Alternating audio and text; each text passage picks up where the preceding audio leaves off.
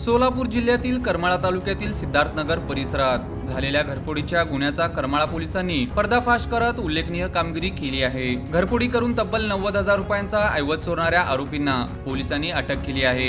या प्रकरणात फिर्यादी सुनील गोरे यांनी घरातील कामासाठी सोन्याची अंगठी काढून ठेवली होती। ते देवदर्शनासाठी बाहेर गेले असता अज्ञात चोरट्यांनी त्यांच्या घराचा मागील दरवाजा तोडून आत प्रवेश केला। घरातील कपाट फोडून व सामान अस्ताव्यस्त करत चोरट्यांनी 75,000 रुपयांची सोन्याची अंगठी आणि 15,000 रुपये रोख असा एकूण 90,000 रुपयांचा ऐवज चोरला होता। या घटनेची माहिती मिळताच करमाळा पोलिसांनी तत्काळ गुन्हा दाखल करून पुढील तपास सुरू केला।